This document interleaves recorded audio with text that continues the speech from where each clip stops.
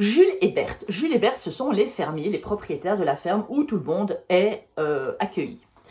Jules et Berthe se doutent très vite que Mathias est allemand. Ils savent que René est juif, puisque Mathias a amené René en disant voilà, attention, protégez-la, elle est juive. Ils s'en doutent, mais en fait, il le trouve beaucoup plus sympa que les Américains. Il est naturel, il est gentil, et ils sentent en lui comme si, en fait, ils savent qu'il n'y a pas de danger avec Mathias. Jules est très très clair avec lui-même, hein, et il sait que, voilà, que René, s'il accepte René, il y a un danger pour tout le monde, mais il n'y a pas de raison qu'on mette un enfant dehors, et si les autres ne sont pas d'accord, eh bien, tant pis, c'est eux qui partent, mais lui, il va accueillir René. Donc c'est quelqu'un de très juste. Berthe, à la fin, elle va cacher René quand quand le commandant allemand cherche l'enfant juif, elle la cache avec sa jupe, René est derrière, c'est Françoise qui va trahir. Et ce sont deux personnes, Berthe et Jules, qui ne jugent pas les gens sur les apparences, mais qui regardent vraiment le fond, qui regardent la profondeur. Quand Mathias est trahi et qu'il est prisonnier par les Américains, ils ne vont pas retourner leur veste non plus du coup. Ils sont même fâchés, Jules est vraiment super fâché de voir cette pirouette et ce changement de veste des autres. Il est d'ailleurs fâché sur Hubert quand il parle que René ou même du coup Jeanne aurait tâté de la tondeuse si elles avaient été plus grandes parce que elle s'était fait amie avec un SS, avec un Allemand.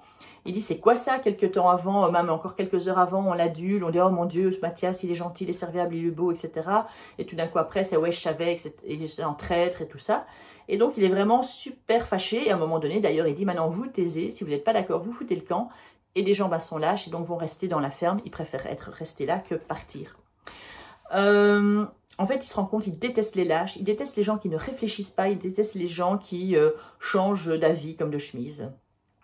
Il aime en fait les personnes qui sont différentes, c'est pour ça qu'il s'attache à René, qu'il s'attache à Mathias, qu'il s'attache à Philibert, à Ginette, parce qu'en fait, il ne juge pas les gens, mais il regarde vraiment leur qualité en fait.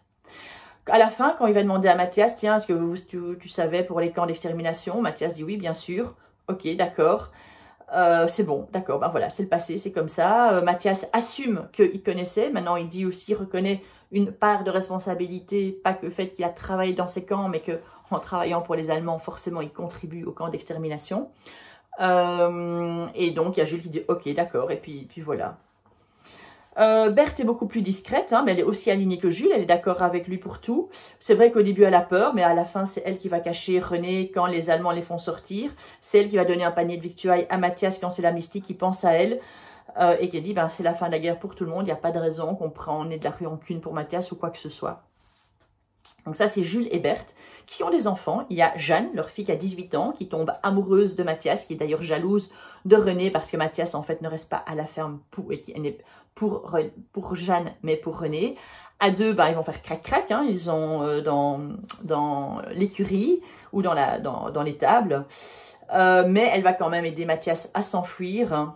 Et doucement, elle ose prendre sa place. Elle est courtisée, d'une certaine manière, elle est séduite, draguée par Dan, qu'elle déteste parce qu'elle sent en Dan de la brutalité, cet Américain arrogant, et elle n'en veut pas. Louise, c'est la sœur de Jeanne, elle a 10 ans, Louise se lie d'amitié avec René. D'ailleurs, j'en ai pas parlé dans le résumé, mais qu'à un moment donné, à plusieurs moments, en fait, René et Louise vont un peu jouer ensemble, ce qui va un peu alléger le quotidien de René. Et quand les enfants vont devoir monter dans la cuisine pour manger avec les commandants, en fait, il y a pas mal de regards entre René et Louise, de dire, oh, on peut quand même un peu manger, ce qui leur fait du bien. Et puis, donc il y a une certaine amitié qui se lie.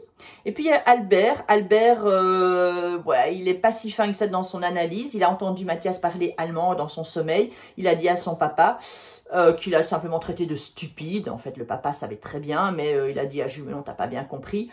Jules, d'ailleurs, va le dire à Mathias, hein, tiens, mon fils, t'as entendu parler allemand. En fait, c'est plutôt l'air de dire, fais attention à ce que tu fais, parce que tu pourrais te faire piéger comme ça. En fait, par contre, Albert, il aime pas beaucoup René, en disant à un moment donné, tiens, voilà, il y a tes amis qui sont là quand les Allemands arrivent dans la ferme. Ouais, donc, c'est pas un gars super sympa.